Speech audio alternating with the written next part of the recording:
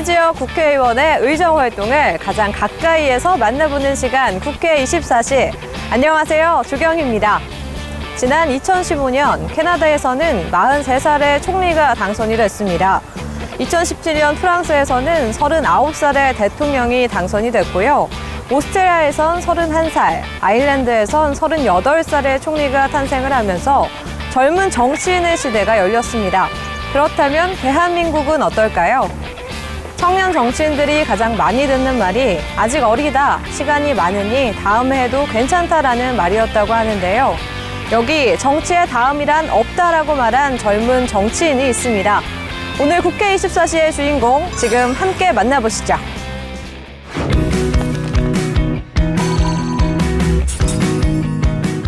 지난 10월 6일 더불어민주당 2020 전국위원장 선거 후보자 합동연설회, 여성, 노인, 청년, 대학생 등 9개 부문 전국위원장을 선출하는 이번 선거에 전국 청년위원장에 출사표를 던진 더불어민주당 장경태 의원. 더 강한 민주당과 대한민국을 만들기 위해서 청년이 강한 민주당, 청년이 강한 대한민국 만들겠습니다. 31만 청년당원들과 함께하겠습니다. 기호 2번 저 장경태를 뽑아주십시오. 개표 결과 전국 청년위원장의 기호 2번 장경태 후보가 당선되었음을 선포합니다.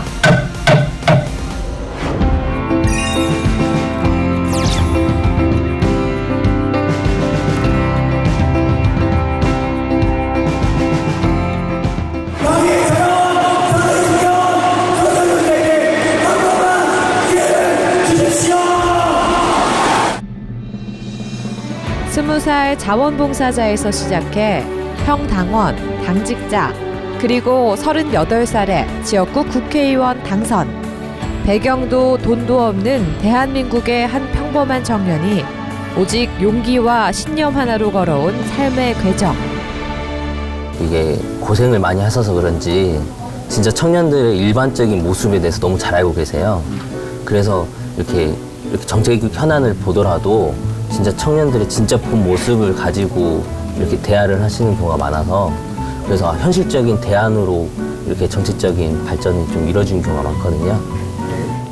약간 주부의 마음이라고 해야 되나? 그러니까 그 정치인의 그런 이렇게 권위주의적인 그런 게 아니라 이상하게도 의원님한테는 약간의 여성스러움과 그런 세심함이 있어요. 그래가지고 그런 게 이제 하나의 장점인 것 같아요. 네. 편견의 벽을 넘어 힘차게 날아오른 청년 정치의 아이콘. 더불어민주당 서울 동대문구 의 장경태 의원입니다.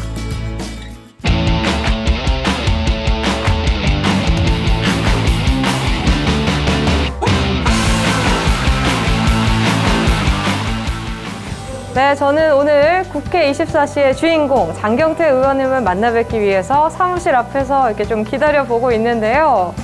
네.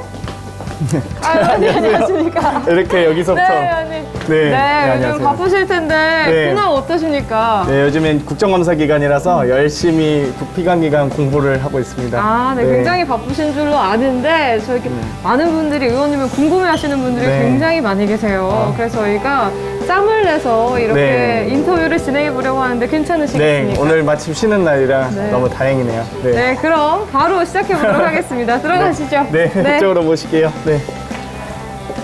안녕하세요. 네.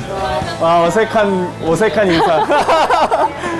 의원님 먼저 인터뷰에 앞서서 손 소독부터 먼저 하도록 하겠습니다. 네, 저도 뿌려주시나요? 네, 제가 눌러드리겠습니다. 아, 네, 감사합니다. 아, 역시. 아, CNB 협찬 소독제군요. 저희 방에 있는 소독제인 줄 알았어요. 네, 시국인지라. 되게 향기가 좋네요. 이거 우리 방 거는 싸구려인지 알코올 냄새가 너무 많이 나요. 그래가지고. 하나 드리고 가야겠어요. 그러니까요. 아, 좋다. 네. 저희도 이렇게 좋은 거 좀 해주세요. 더불어민주당 서울 동대문을 국회의원 장경태입니다. 네, 저희가 오늘 이렇게 의원님의 좀 관련된 키워드를 준비해 봤는데요. 네. 하나씩 뽑아서 저에게 주시면 관련된 이야기들 나눠보도록 하겠습니다. 네. 네. 양식을 할 때 원래 바깥쪽 포크부터 아, 사용하지만 네. 전 안쪽부터 하겠습니다. 좋습니다. 네. 첫 번째 키워드 뽑아주셨는데요. 네, 뭘까요? 네. 되게 꽉 묶어 넣으셨네. 또 저에게 주시면 네. 아, 흑수저 삼포 청년입니다. 네. 첫 키워부터 굉장히 강렬한 네. 게 나왔습니다. 제가 들어보니까 의원님께서 학교 다닐 시절에 알바생이 별명일 정도로 네. 정말 다양한 일들을 하셨다고 들었어요. 어떤 일들을 하셨나요? 저는 이제 집이 좀 어려워져서 막노동하면서 사업을 좀 하려고 하다가 대학을 가야겠다 생각해서 대학교를 왔거든요. 근데 와서 보니까 이제 3시간 수업 듣고 8시간 아르바이트 하다 보니까 제가 대학을 다니기 위해서 아르바이트를 하는 건지 아르바이트 하다가 대학을 취미 삼아 다니는 건지 모르겠더라고요. 그래서 대학생이 아니고 알바생이라는 얘기를 더 많이 들었고요. 네. 뭐 다양한 일들 하셨겠지만 뭐 막노동도 말씀해 주셨는데 또 제가 들리는 소문에 의하면 배도 타셨다는 네. 이야기를 들었습니다. 이게 배를 타려면 선원수첩 발급을 받아야 돼요. 그래서 해양청에 들어가서 신청 서류도 내고 무슨 건강검진 서류도 내고 했었는데 그렇게 하고 이제 좀 돈을 제일 많이 벌 수 있는 일이라서 했었어요. 그런데 하다가 오래 하진 못했고요. 아르바이트를 많이 했는데 여러 가지 서빙부터 시작해서 당구장 다이 닦기 다이란 표현 뭐라고 해야 되지? 아무튼 네. 열심히 청소하고 논술학원 강사도 하고 학습지 교사도 했어요. 그래서 정말 좀 아이들에게 친절한 선생님이 되기 위해서 많이 노력을 했습니다. 네. 율동도 잘해야 되거든요. 아, 그렇죠. 정말 안 해본 아르바이트가 네. 없으신 것 같은데 그렇다면 이제 아르바이트를 하시면서 나는 이런 일까지 있었다 하는 경험담이 또 있을 것 같아요. 이제 학습지 교사할 때 많이 생각이 나는데요. 한 과목에 보통 한 3만 원에 4만 원 정도? 그러면 수수료가 40% 정도 되니까 한 일주일로 계산하면 어찌되건 한 번에 한 과목당 한 3,500원 정도예요. 그런데 이게 수업이 연이어서 있는 게 아니니까 1시간 정도 쉬는 시간이 생기면 여름엔 덥고 겨울엔 춥잖아요. 밖에 있어야 되니까. 그러면은 정말 춥고 더운데 3,500원 벌려고 4,000원, 5,000원짜리 아메리카노 사 먹을 수 없거든요. 그렇기 때문에 마트에 가서 온풍기와 에어컨을 쐬기 위해서 이렇게 계속 몇 바퀴 돌았던 기억이 가장 오래 남아요. 그래서 특히 이제 빙판길 이렇게 다닐 때면 정말 넘어지고 다치시는 이 교사들도 많은데 대부분 특수 형태 근로자라서 산재가 적용이 안 됐거든요. 그 당시엔. 지금도 많은 분들이 안 되지만 정말 한 달에 120만 원, 130만 원 벌면서 다치기까지 하면 다 또 온전히 개인의 책임이기 때문에 너무 어려운 부분을 호소하시는 분들 많이 기억 남죠. 네. 참 힘든 생활을 좀 하시면서 그럼에도 내가 포기하지 않았던 것이 있다. 또 반대로 요거는 내가 포기했어야 했다 하는 게 있을 것 같아요. 일단은 제가 편안한 삶은 포기한 것 같아요, 확실히. 이제 많은 주변의 동료들이 꿈꾸는 평범한 삶 같은 거 있잖아요. 그리고 평범하지만 또 편안한 삶이 있는데 그 삶은 기본적으로 포기했고요. 안정된 직장을 가져서 넉넉한 봉급을 받아본 적은 없으니까요. 대부분 다 박봉에 그나마도 일거리가 없으면은 정말 내일 뭐 하지 하면서 정말 내일을 걱정했던 시간들이 있었고요. 그럼에도 불구하고 포기하고 싶지 않았던 건 제가 하고 싶은 일을 하며 살고 싶었어요. 그러니까 뭔가 사회에 보탬이 되고 그 보탬을 줄 수 있다면 그럴 만한 능력을 제가 갖추게 된다면 많은 분들의 응원을 받게 될 것이고 제가 그 응원을 받으면서 또 열심히 보람된 일을 찾아서 아무나 할 수 없는 일을 제가 꼭 나서서 해내고 싶다라는 생각을 많이 했던 것 같아요. 그런데 참 이 편안한 삶을 포기하다 보니까 선배 정치인들이 어떻게 살아왔는지를 고민하게 되더라고요.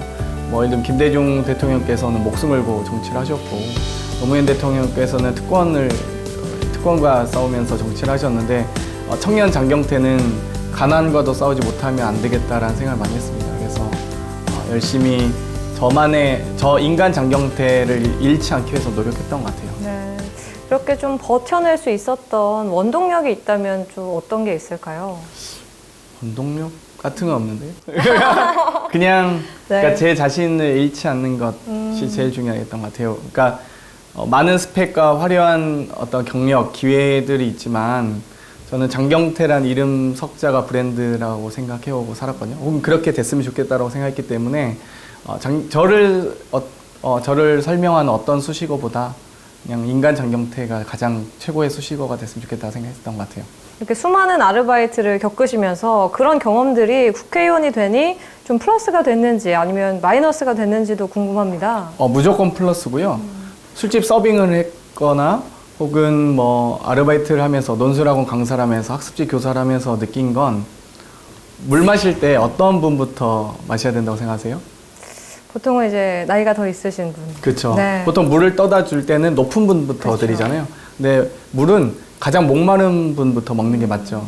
그러니까 우리 사회의 질서와 구조가 가장 높은 분부터 물을 떠다 드리고 가장 힘 있는 분 그런 분부터 드리는데 저는 일하면서 느꼈던 것 같아요. 목마른 분이 가장 물을 먼저 마셔야 되고 항상 이 소위 정치인은 뭐 권력자보다 낮지 않아야 되고 약한 자보다 높지 않아야 되는 게 정치인이거든요. 그래서 예를 들면 저희가 상대하는 정부 부처 관료들은 대부분 뭐 장차관님들이거나 행시, 고시, 엘리트 출신들만 상대하거든요. 그분들도 상대하기 위해서 저희도 열심히 공부해야 되겠지만 저희가 국민의 대표로서 결코 그분들보다 낫지 않다라고 생각해야 되고 어떤 주민들과 어떤 정책을 제안하시는 민원인보다 저희가 높다고 생각해서는 안 되겠죠. 그래서 여러 가지 아르바이트를 하면서 느꼈던 건 그런 분들을 많이 알고 있고 그분들이 갖고 있는 애로사항을 누구보다 잘 또 경험했기 때문에 정책을 만들 때도 훨씬 더 그러니까 간절하게 전 하는 것 같아요. 네. 의원님의 치열했던 삶을 좀 엿볼 수 있는 시간이었는데 계속해서 다음 키워드 뽑아보도록 하겠습니다. 네. 정말 말 많죠? 하나 질문하고 아유, 아닙니다. 엄청 썰풀어. 네. 네, 다음 키워드 한번 뽑아주시죠. 네. 네. 다음은 짜잔. 지금까지 이런 네. 국회의원은 없었다. 지난 선거에서 후보가 되자마자 굉장히 화제가 됐습니다. 전략 공천이 아닌 일반 공천으로 이제 정치 생활을 또 자원봉사에서부터 시작을 하셨잖아요. 네, 제가 뭐 정치를 시작할 때 정치를 한다는 생각도 없었고 이 세상을 바꾸겠다 이런 생각, 그러니까 나라를 바꾸겠다 이런 생각까지는 없었고요. 기본적으로 저처럼 어렵고 힘든 삶을 살아온 사람들에게 좀 도움이 되는 나라가 됐으면 좋겠다는 생각을 했고 그냥 제 삶을 바꾸고 싶어서 왔는데 저의 어려웠던 삶들, 뭐 일자리나 주거 문제 등을 바꾸기 위해서 왔는데 보통 국회의원 후보라고 하면 청와대 출신, 장차관 출신, 고시 출신, 명문대, 해외 유학파, 뭐 누군가의 보좌관 등으로 이제 입문을 하거든요, 정치에. 그런데 저는 그런 케이스가 아니라서 그냥 평당원에서부터 대학생위원장, 청년정책연구소 부소장, 청년위원장 등을 거쳐서 또 원외 청년위원장이 국회의원이 된 첫 케이스라고 하더라고요. 그래서 청년위원장들이 그동안 다 떨어졌더라고요, 국회의원 선거를. 그래서 저는 이번에 또 40대의 현역 국회의원들이 많이 청년위원장을 했었는데 30대에 당선이 되기도 했고 그래서 꼭 제가 후배들을 위해서라도 앞으로의 그동안의 패배의 역사를 승리의 역사로 바꿔야겠다라고 생각했고요. 이 당의 20, 30대의 이 리더로 인정받으면 또 차세대 리더로서 앞으로 꾸준히 활동할 수 있다라는 희망을 만드는 저는 의미 있는 경우였다고 생각합니다. 네. 의원님께서 그럼 원래도 좀 정치에 관심이 있으셨을까요? 관심은 있었죠. 네. 관심은 있었는데 근데 관심이 있다고 해서 정치를 한다는 건 쉽지 않거든요. 정치를 한다는 건 뭐 예전처럼 목숨 걸고 정치하진 않지만 최소한 인생을 걸어야 되는 거기 때문에 저도 후배들한테나 이렇게 많이 지인들한테 설명할 때 뭐 100년 전에는 정치에서 실패하면 삼족을 멸했고 30년 전만 해도 고문을 당했는데 우리가 목숨은 못 걸더라도 인생을 걸고 정치하자.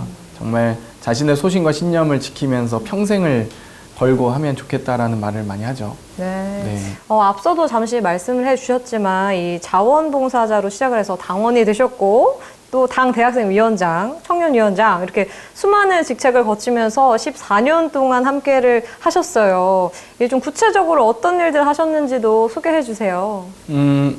제가 처음에 대학생 자원봉사자 하다가요. 총학스장을 하면서 이제 대학생위원회를 만들게 되세요. 그 당시 민주당에 대학생위원회가 없었거든요. 그래서 대학생위원회를 만들고 이제 만들고 나서 또 활동하다 보니까 그러면 어떻게 하면은 우리가 더 청년 조직을 강화시킬 수 있을 건가에 대한 고민을 하게 됐죠. 그러다 보니까 결국 청년위원회의 목표는 세 가지거든요. 청년 문제를 해결해야 되고요. 청년 당원의 권익을 향상시켜야 되고 청년 조직을 강화시켜야 되는데 그러기 위해서는 1차적으로 청년 문제를 해결할 수 있는 정책연구소가 필요하다라고 생각해서 청년정책연구소 부소장으로 또 열심히 활동하면서 연구소를 만들었고요.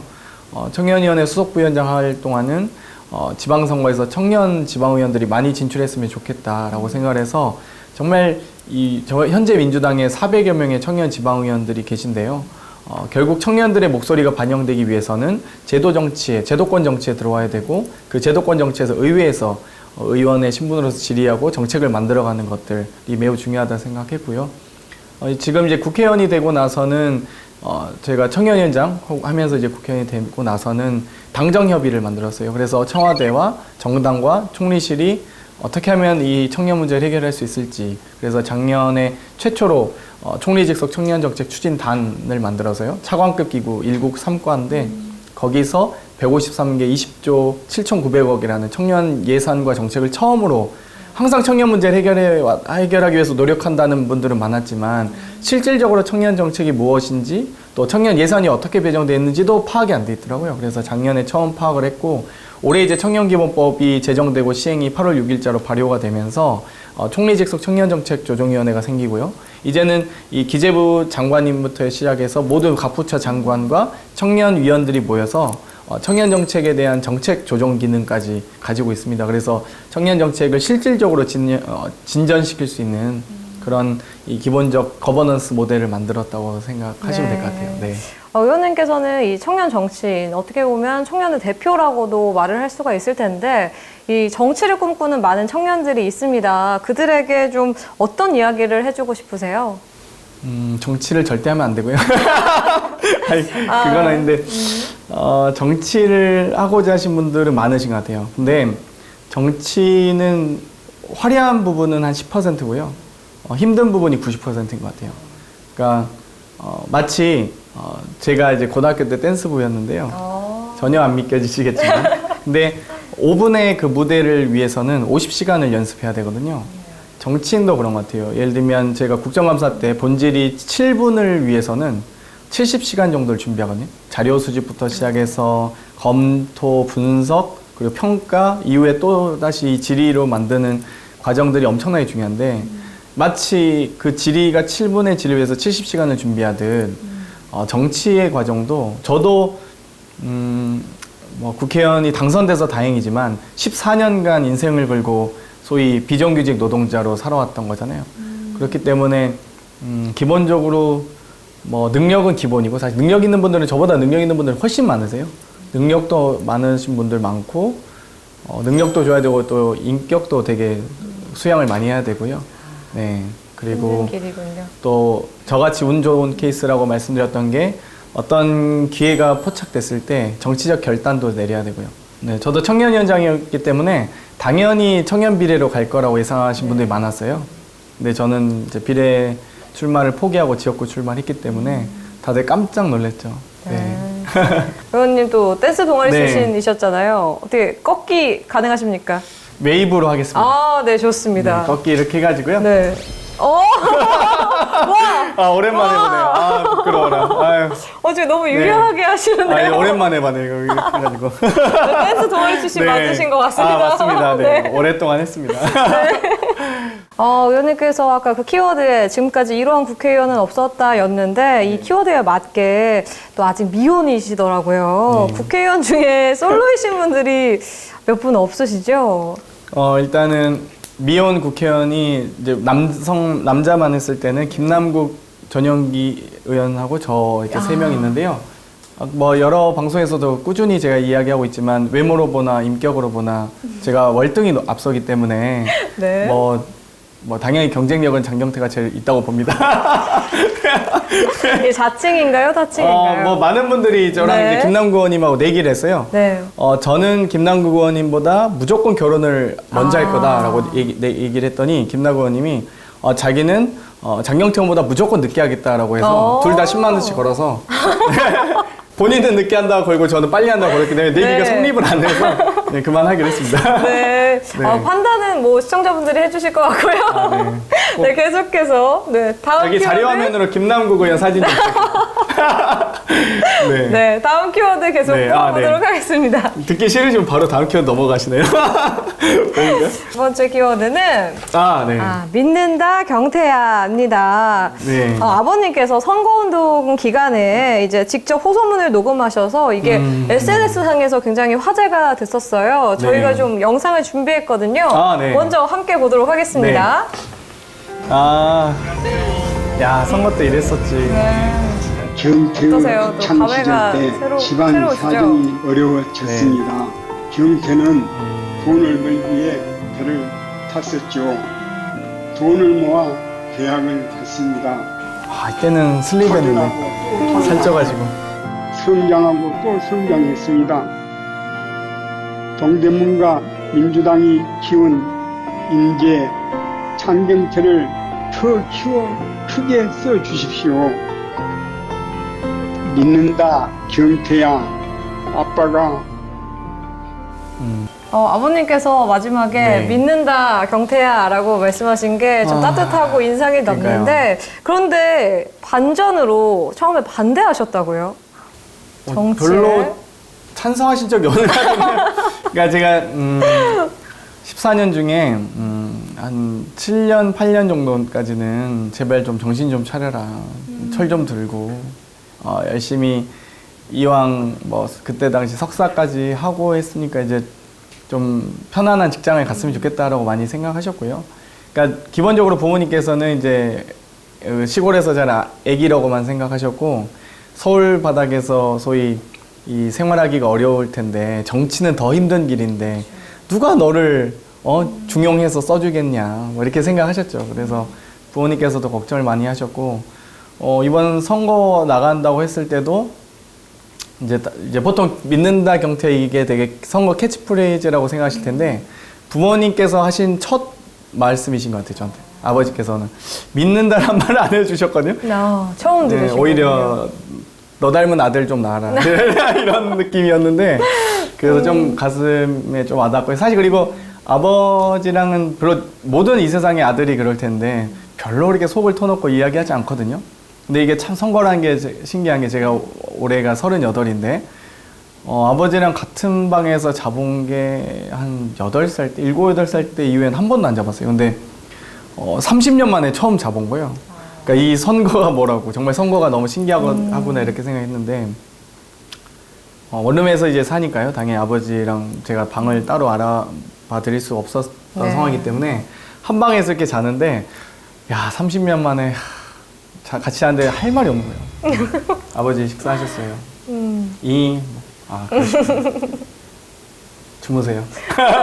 진짜 이 대화 할 말이 없는 거예요. 근데 7, 8살 때 다 공감하시잖아요. 여기 지금 많은 분들이 공감하실 거예요. 아버지랑 대화를 안 해요. 현실 부자죠. 선거가 끝날 때쯤 이제 아버지께서 한 달 좀 넘게 같이 주무셨는데 선거가 끝날 때쯤 되니까 문득 그런 생각이 들더라고요. 아버지가 만약에 언젠가 돌아가신다면 이 순간이 많이 생각나겠구나 이런 생각을 했어요. 네, 선거에서 아주 소중한 추억을 또 얻으셨네요. 네. 이렇게 선거를 치르셨는데 수많은 비용이 지출될 수밖에 없었을 텐데 좀 네. 어떠셨어요? 힘드셨을 것 같은데. 일단은 저는 얼마 전에 이제 기자님이 자기가 오해해서 미안하다고 전화가 왔어요.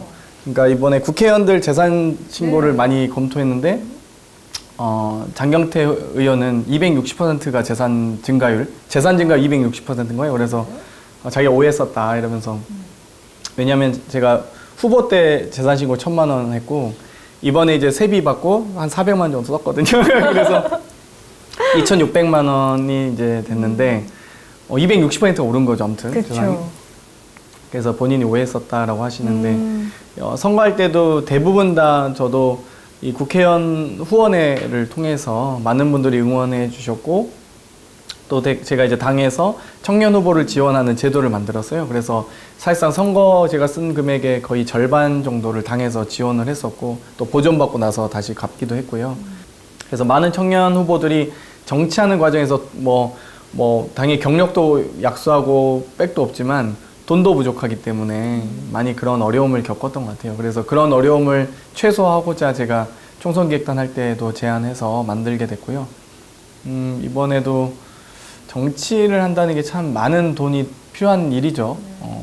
그래서 보통 다른 후보들은 대기업 컴퓨터를 구매해서 이렇게 사용했다면 저희는 다 조립 컴퓨터였던 것 같아요. 그래서 현수막, 대형 현수막 거는 것도 저희가 줄자로 다 제어해가지고 공보물도 저희가 막 다 써가지고 일일이 다 디자인해서 일일이 정책 같은 걸 고민해서 만들었습니다. 다 수작업. 가내수공업 캠프라고 하죠. 그래서 선거를 치렀고요. 그래서 가장 저렴하게 비용을 줄이면서 선거를 했던 것 같아요. 정말 의원님을 보면 좀 기존의 국회의원과는 조금 결이 다른 이미지를 갖고 계신 것 같아요. 또 그런 부분을 많은 분들이 좋아해 주시는 것 같은데 의원님은 어떻게 생각하십니까? 저는 좋은데요. 저희 보좌진 안 좋아하실 것 같아요. 그러니까 저는 이제 다음 재선 선거에서도 그렇게 하려고 싶거든요. 근데 보좌진 아마 분명히 기획사 맡기자고 하겠죠.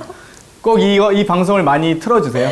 저희 보좌진들이 다음 선거에도 그 기획사를 쓰지 않고 저희가 순수 저희의 힘으로 가내수공업 캠프를 한번 더 돌려보고 싶습니다. 이렇게까지 방송으로 말씀하셔서 보좌진 표정이 안 좋으신 것 같은데 다음 그 대선이래. 죄송합니다.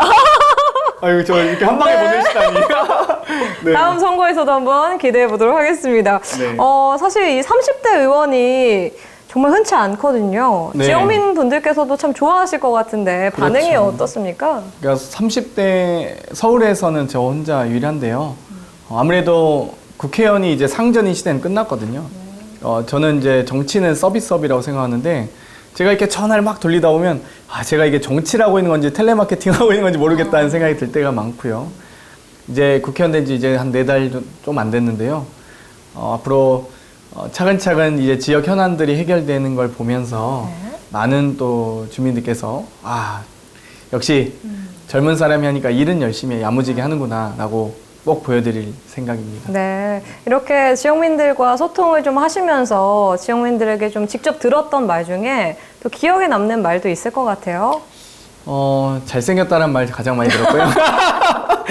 네, 그런 건 아니고 이제 보통 아들뻘이다 뭐 이런 얘기 많이 하셨죠. 아들 생각난다. 그래서 제가 항상 우리 어머님 삼겠습니다. 이렇게 우리 동대문의 아버지 어머니 다 잘 모시고 제가 막내 아들 생겼다고 생각하시고 열심히 하겠습니다 라고 했고요. 그 말씀처럼 뭐 많이 기대가 있던 것처럼 제가 지금 현재 국회 국토교통위에서 활동하고 있기 때문에 보통 국토교통위가 인기 1순위거든요. 그래서 가기 힘들지만 열심히 제가 지역 현안을 해결하기 위해서 노력하고 있습니다. 자, 이제 마지막 키워드 남았는데요. 네. 마지막 이제 하나 남았으니까요. 한번 뭘까요? 펼쳐주시죠. 할 말 다 한 것 같은데 또 있어요? 방송 체질입니다. 기본적으로 꾸밈 없는 모습을 보이는 걸 되게 중요하겠다고 생각해서 지금 메이크업도 하나도 안 하고 생얼로 너무 막 하셔가지고 너무 당황스러운데 메이크업 좀 할 걸. 근데 이제 국정감사 때문에 너무 뾰록지도 나고 아무튼 그래서 그랬는데 이제 제가 틀릴 수 있대. 모르는 건 잘 말하지 않아요. 그러니까 보통 방송 가면 모르는 걸 아는 척 해야 될 때도 있거든요. 근데 그냥 모른다 생각하면 다른 얘기하면 되고 모르면 그냥 제가 굳이 말 길게 할 필요도 없고 방송 분량을 제가 뽑는 건 아니기도 하고 또 발언을 할 때도 뭐 보통 이제 글자를 틀리면 안 된다는 약간 그런 분들 계세요. 맞습니다. 근데 얘기하다가 틀릴 수 있죠. 네, 틀릴 수 있고 모를 수 있고 그래서 그런 것들에 대한 제가 거리낌은 없는 것 같아요. 그래서 거리낌은 없어서 사실 요즘 젊은 분들이 정치에 관심이 없다라는 이야기가 많은데 뭐 이런 오픈 채널을 통해서 소통해 보시는 것도 좋을 것 같아요. 네. 어떻게 생각하실까요? 저도 매일매일 이제 유튜브나 여러 가지 소통 방송 하고 싶다는 생각도 많이 하고 있고요. 또 많은 의원님들께서 하고 계시더라고요. 그래서 저는 이제 좀 동영상 위주로 VOD 위주로만 지금 소통을 했었는데 리얼타임으로 제가 좋아하는 생방송으로 소통하면 좋을 것 같습니다. 그러게요. 장경태의 생방송? 괜찮은데요? 네, 장경태 오네요. 네. 약간 이런 느낌으로. 네. 네. 이 청년 정치인으로서 의원님께서 이번에 어떤 좀 청년 정책을 만들고 싶은지 딱 하나만 골라야 한다면 어떤 걸 고르실까요? 저는 사다리법, 지금 브랜드를 사다리법 하고 있어요. 그러니까 저는 우리 대한민국 사회가 건강해지기 위해서 딱 두 가지 원칙만 적용되면 된다고 생각해요. 첫 번째는 자신이 노력한 노력에 대해서 정당한 대가를 보장받아야 되고, 두 번째는 그 노력을 바탕으로 해서 계층 간 이동이 자유로워야 되죠. 근데 지금은 정당한 노력의 대가도 못 받고 또 계층 간 이동도 불가능해졌죠. 과거에는 잘 키운 자식이 집안을 이렇게 세웠지만 지금은 잘 키운 자식이 집안 기둥 안 뽑아가면 다행인 시대거든요. 과거에는 자식의 소득이 부모의 자산을 뛰어넘을 수 있었지만 지금은 아무리 자식들이 노력해도 부모의 자산을 뛰어넘을 수가 없어요. 그렇기 때문에 높은 부동산 가격이 형성돼 있기도 하고, 그래서 저는 이 계층 간 이동을 자유롭게 하기 위해서 사다리법을 준비하고 있고요. 예전부터 이제 지금 청년 정치 사다리법, 청소년 사다리법, 지금 청년 주거 사다리법, 앞으로 청년 창업 사다리, 금융 사다리, 사회 안전망 사다리까지 완성 지을 예정인데, 그런 것들을 차근차근 하면서 4년간 이 청년들에게도 미래가 있는, 가난하지만 꿈까지 가난하지 않는 또 평범한 청년들의 희망을 만드는 정책을 하고 싶습니다. 네, 정말 앞으로도 기대해 보도록 하겠습니다. 지금까지 좀 짬을 내서 의원님과 이야기를 나눠봤는데요. 잠시 보내드리고 잠시 후에 또다시 문담 레이더로 찾아뵙겠습니다. 네, 감사합니다. 장경태 의원님 늘 응원합니다. 처음에는 걱정을 많이 했었는데 이번에 국정감사 하시는 거 보고 지역 주민을 위해서 많이 노력하고 애쓰시는 거를 느꼈습니다. 앞으로도 늘 건강하시고 미소가 멋진 장경태 의원님 화이팅 하세요. 요즘 많은 청년들이 취업난으로 많은 마음고생을 하고 있는데요. 능력 있고 실력 있는 청년들이 능력에 맞게 연봉을 책정될 수 있는 정책 만들어주셨으면 좋겠습니다. 화이팅입니다, 의원님! 네, 장경태 의원님 얼마 전에 워크맨에 나오시는 영상 봤는데 참 재밌게 잘 봤습니다. 항상 이런 식으로 TV에서 보거나 할 때면은 저희 지역이시기도 하고 같은 나이 또래이기도 해서 좀 더 반가운 게 사실인데요.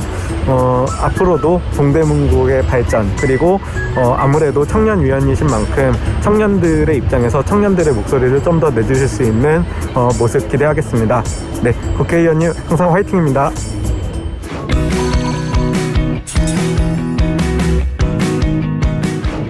(10월 20일) 서울시청 국회 국토교통위원회 서울특별시 국정감사가 열렸습니다. 원내 입성 후 첫 국정감사. 장경태 의원의 생각이 궁금합니다. 약간 이제 국정감사는 창과 방패의 대결 같은 건데요. 저희는 진실을 규명하기 위해서, 더 알아내기 위해서 노력하고요. 아무래도 좀 알리고 싶지 않은 정보들을 감추기 위해서 노력하는 분들은 계세요. 그 과정에서 저희는 어떤 게 국익과 국민을 위해서 더 이익인지를 고민하고, 국민의 권리 그리고 국민을 보호하는 안전에 대해서 노력하는 국회의원으로서 의정 활동을 해야 된다고 생각하고 있습니다. 장경태 의원이 준비한 창은 과연 무엇일까요? 다음은 장경태 의원님 질의하시겠습니다. 청년들의 빈곤을 이용한 임대업이 끊이지 않고 있습니다. 사진 먼저 혹시 PPT 준비되셨나요? 네. 저희 의원실과 민달팽이 유니언이 관악구 대학동 중심으로 해서 서울시 위반 건축물 실태 조사를 했는데요. 사진만 보셔도 방을 6개로 쪼갠 모습도 보이고요. 저도 사실 이런 쪼개진 방에서 살아봤습니다. 빈곤 문제를 해결한다고 쳐도 저렴하지도 않는 이런 이 방 쪼개기, 그리고 실질적으로 이거 전입신고도 제대로 안 되잖아요. 그런데 지금 서울시에서 올해 2월에 국토부가 단속을 강화한 지시를 했음에도 불구하고 서울시 올해 지금 건축물 시정률 매우 저조합니다. 2016년 11%였는데 2018년 7%, 작년은 6%, 올해 2.39%로 계속 줄어들고 있거든요. 어떻게 적극적인 행정 조치 하실 생각 없으십니까? 저희들도 좀 단속을 강화하도록 하고요. 또 여러 가지 개선 방안에 대해서 국토부하고 또 좀 협의를 해서 제도적으로 좀 보완할 점도 찾도록 하겠습니다. 네. 네, 그렇게 장경태 의원의 멋진 창, 공격 성공. 유럽의 지도자는 태어나지 않고 길러진다라는 말이 있습니다. 그만큼 젊은 정치인을 길러내는 제도가 잘 정비되어 있는데요. 대학마다 각 당에 대학생 조직이 있고요. 여기를 거친 젊은 당원들이 사회로 나오면서 정당 활동을 하고 또 정계에 진출하게 됩니다. 정치에 가장 든든한 힘이 되어주는 젊은 피가 바로 이 청년 당원들인데요. 대한민국 정치에서 장경태 의원은 이 새로운 롤모델의 또 다른 이름입니다. 지난 15년간 기성세대의 낡은 정치, 구태의연한 정치를 벗어나기 위해 부단히 노력해온 청년 정치인. 과연 그는 어떤 노력들을 하고 있을까요?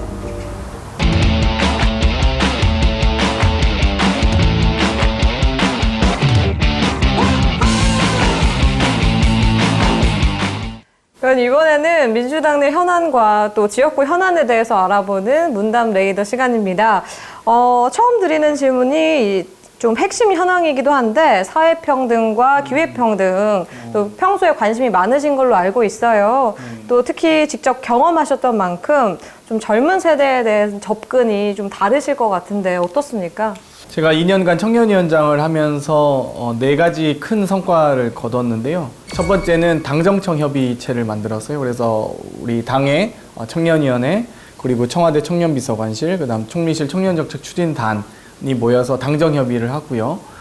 다음으로 이 국회의원들만의 전유물이었던 후원회를 청년 후원회를 만들어서 저희도 후원 받을 수 있게 청년정치발전기금을 만들었고요. 또 국고보조금의 3% 청년 예산을 만들어서 앞으로 청년위원회 사업들이 원만하게 진행될 수 있도록 준비했고, 네 번째로는 전 지역구 청년 후보 의무 공천을 당원 당규에 못 박으면서 앞으로 청년들이 지방의회에 진출할 수 있는 사다리를 놓았습니다. 그런데 앞으로 2년간 제가 이번에 또 청년위원장으로 다시 재선에 성공하면서 열심히 앞으로 2년간 이 제도들이 잘 안착될 수 있도록 노력할 생각입니다. 네. 또 최근에 이제 코로나 팬데믹이 겪으면서 가장 이슈가 된 부분 중에 하나가 이 언택트 소비인데요. 저도 많이 사용하고 있는 이 택배인데 택배와 관련해서 또 최저택배위원회를 신설하자는 의견도 내셨어요. 네. 어떤 내용인가요? 택배업은 저는 이제 국민 힐링 산업이라고 생각하거든요. 그럼에도 불구하고 이 택배를 배달하시는 우리 노동자들께서는 매우 어렵고 열악한 상황이에요. 이미 택배의 매출 물량은 30%가 증가하면서 택배 산업 그리고 택배 업체들의 어떤 이익은 극대화되고 있거든요. 그에 반해서 택배업에 종사하시는 노동자들의 처우는 그 30%만큼 더 열악해진 거죠. 이제는 함께 이 교통이나 이 주거 이동에 대한 기본권이 있듯 저희가 택배를 받을 수 있는, 또 코로나 시대에는 당연히 또 비대면 산업들이 혹은 또 비대면 기회들이 많아지고 있는데 그 기회들을 보장할 수 있는 최저의 어떤 기본권을 보장하는 노력들을 하고 있습니다. 그래서 또 수도권에만 너무 집중돼 있잖아요. 왜 수도권에는 보다 산간 지방 또 낙후된 지방은 더 택배비를 더 비용을 지불해야 되잖아요. 그건 사실 지방 분권의 정신에도 맞지 않고요. 또 열악한 지역에 사시는 분들을 더 보호해야 되는데 그분들에게 더 과한 비용을 청구함으로써 생길 수 있는 문제점들을 없애고자 최저 택배비를 산정하자, 이런 제안도 하고 있습니다. 네, 핵심 현안에 관한 이야기들 좀 나눠봤습니다. 이번에는 지역구에 관한 이야기를 좀 드려볼 텐데 먼저 지역구 소개를 간단히 해주시죠. 네, 우리 아름다운 동대문을은요, 전농동, 답심리동, 장안동을 함께하고 있는 동네고요. 우리 동대문 같은 경우는 많은 또 이 먹거리들이 있어요. 장안동에 음식거리도 있고요. 또 장안동에 많은 모빌리티 장안이라고 해서 자동차 매매 상가도 위치해 있고요. 또 답심리에 고미술 상가도 있고요. 또 청량리역이 매우 교통의 요지로서 지금 현재 앞으로 12개의 지하철 노선이 들어올 예정입니다. 그리고 또 아름다운 산책이 가능한 배봉산이 있고요. 둘레길도 너무 잘 돼 있습니다. 그리고 바로 동대문 옆에는 중랑천이 흐르고요. 또 왼쪽엔 청계천이 흐르고 있어요. 그래서 정말 이 배산 임수까지는 아니지만 양 옆에는 강이 흐르고 또 가운데에 아름다운 배봉산이 있는 그런 동네입니다. 그래서 정말 살기 좋은 우리 동대문을을 더 살기 좋게 하기 위해서 제가 노력하고 있습니다. 네. 어떤 광고처럼 홍보를 해주셨는데. 네. 마감 임박입니다. 동대문을로 이사 오세요. 네. 이 동대문구 을에 좀 가장 시급한 지역 현안 사업이 있다면 어떤 게 또 있을까요? 동대문을은 근데 위로는 청량역 회기역, 그리고 아래로는 답심리역 장안역, 양옆에는 청계천과 중랑천이는 교통섬 같은 곳이에요. 그래서 이곳을 관통하는 지하철이 없어서 저는 1순위로 이곳에 지하철이 놓였으면 좋겠다. 그리고 버스 환승세 체계 자체도 좀 바뀌었으면 좋겠다고 생각하고 있고요. 또 우리 동대문에 여러 가지 방금 말씀드렸듯이 답심리 영화 촬영소도 있고 고미수상가도 있는데 이 문화 콘텐츠를 활용할 만한 것들이 없어요. 그런 것들이 좀 아쉽게 생각하고 있고, 또 산업, 대기업을 유치한다든지 산업적인 측면도 좀 약해서 저는 이곳에 이 모빌리티 장안이라고 지금 브랜드화하면서 새롭게 이 자동차 중심지로서의 역할을 할 수 있도록 노력하고 있습니다. 네, 그렇다면 이 지역구를 위해서 내가 이번 21대 국회에서 이것만큼은 꼭 해결하고 나가겠다라고 생각하시는 게 있다면 어떤 걸 꼽아주실까요? 저는 국회 국토교통위원이기 때문에요. 국토위는 주택과 철도와 도로와 항공을 함께하는 곳입니다. 그래서 지금 발표하면 안 되는데 이게 발표하면 벌금 징역에 처해지는데 정말 획기적인 개선될 수 있는 것들을 많이 준비하고 있고요. 일단 지하철도 놓이고 동부간선도로도 지하화되고요. 그러면 중랑천이 수변공원화 되고요. 여러 가지 교통편이 GTX BC부터 시작해서 분당선 증설, 그리고 개인적으로는 드론 공항을 유치하려고 하고 있어요. 그래서 강북의 교통수도로서 동대문이 정말 각광받을 수 있도록 노력하고 있습니다. 네. 또 그 외에도 여러 가지 있는데요. 좀만 기다려주시면 제가 차근차근 발표해 나갈 예정입니다. 네, 앞으로의 모습을 더 기대해 보도록 하겠고요. 의원님과 이렇게 이야기를 나눠보니까 좀 더 알고 싶다라는 생각이 드는데, 그래서 저희가 준비한 코너입니다.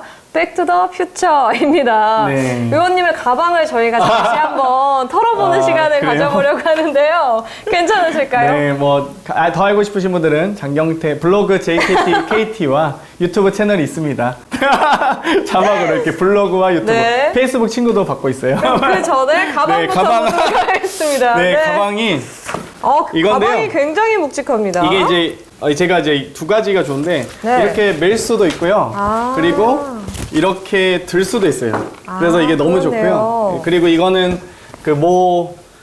쇼핑몰에서 49,900원 네, 판매하고 있습니다. 매우 좋습니다. 그리고 네. 제가 이 가방 하면 가죽 가방이나 이런 거 많이 하시는데요. 이거는 100% 천으로 만들어져서 매우 가볍습니다. 네. 정말 굉장히 실용적이고요. 두툼한데 뭐가 들어있을지 기대가 됩니다. 네. 자, 아이고. 가방을 보면은 이 굉장히 양말이- 많은 것 같아요. 양말부터 양말이 있고요. 이게 깔끔한 남자네요. 칫솔, 그리고 이거는 선크림. 여름에 이거는 네. 언제 장례식장을 할지 모르기 때문에 갖고 다니고요. 검은색 또 넥타이가. 네, 언제 다칠지 모르기 때문에 베일밴드 갖고 다녀야 되고요. 의원님 마치 박물 장수 같으세요.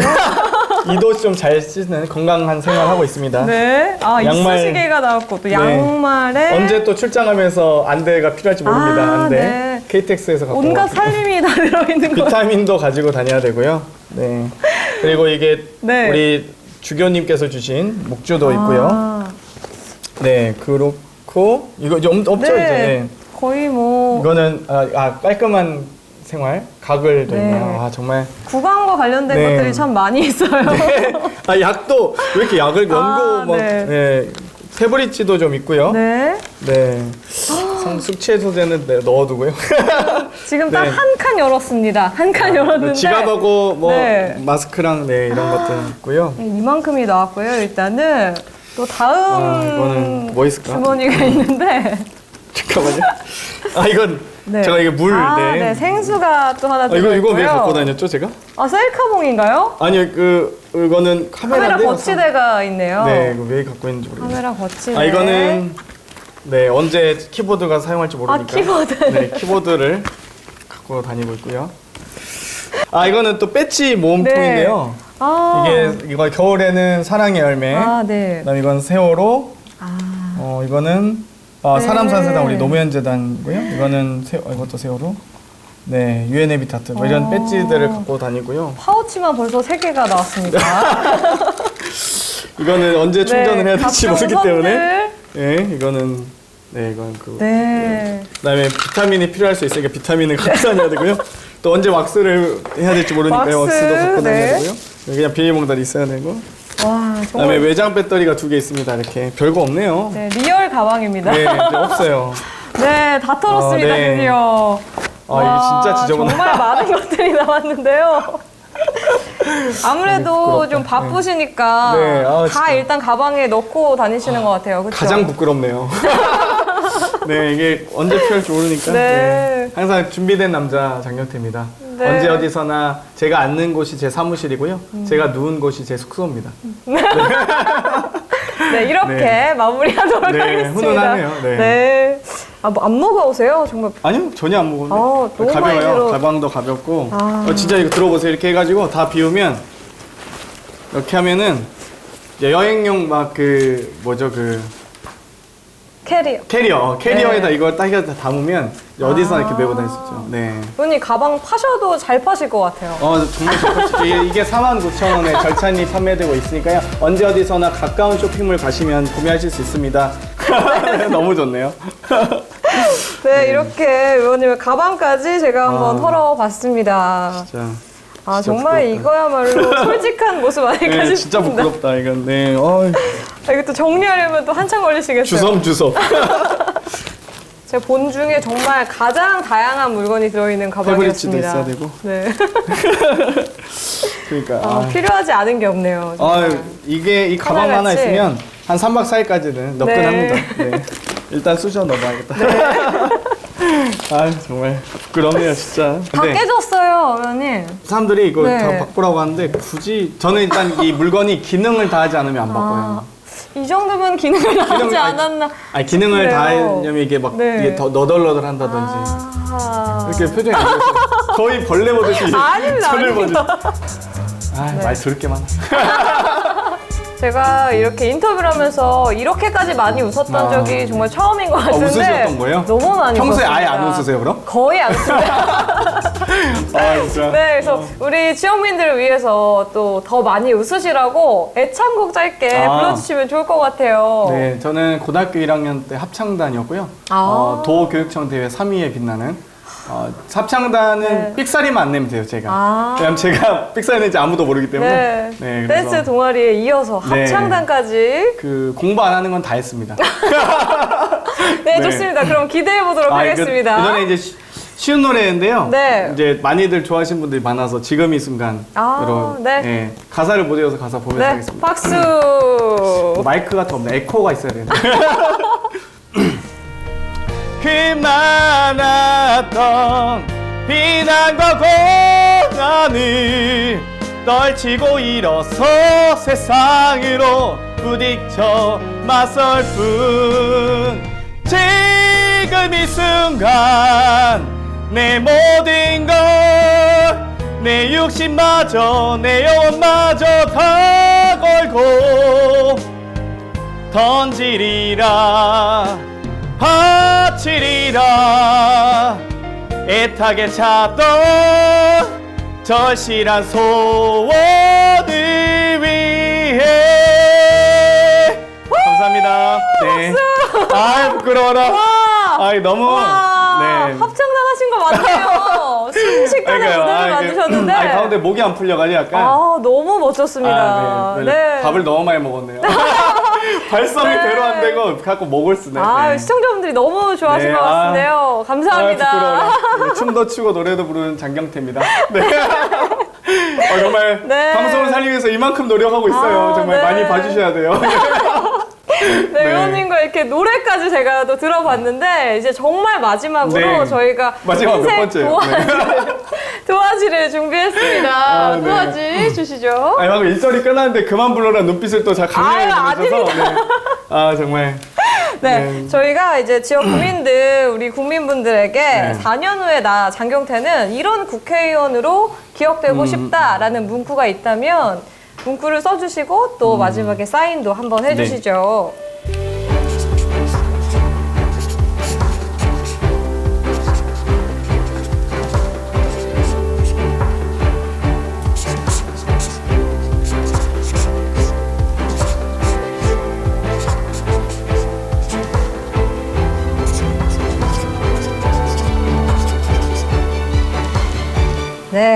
한번 들어주시겠어요?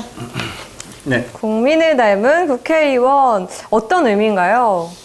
저는 가장 좋은 국회는 국민을 닮은 국회라고 생각하는데요. 새로운 시각과 다양한 가치관을 가지신 분들이 보다 넓은 국회를 이루어야 되는데 지금은 너무 엘리트화되어 있고요. 소수 직업군에 좀 편중되어 있는 국회라서 정말 국민들이 바라는 실생활을 알기는 어렵다고 봐요, 오히려. 그렇기 때문에 저는 저처럼 정말 평범한 사람들 또 많이 국회의원이 됐으면 좋겠고요.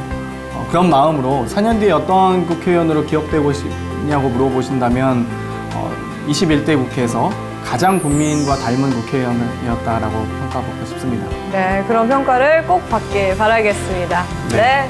아, 말하다 목이 메이네요. 네. 오늘 국회 24시 장경태 의원님과 함께했습니다. 의원님 오늘 긴 시간 함께 해주셨는데요. 어떠셨나요? 매우 즐겁고 또 유익하고 세련된 시간이었던 것 같고요. 아마 보시는 시청자들께서 장경태 의원과 더 친해지고 싶다고 느끼는 시간이었으면 좋겠습니다. 저도 무척이나 유쾌한 시간이었습니다. 마지막으로 의정활동 응원하는 의미로 함께 화이팅 외치면서 마무리하도록 하겠습니다. 청년들에게 희망을 주는 대한민국이 되는 그날까지 장경태 의원 화이팅!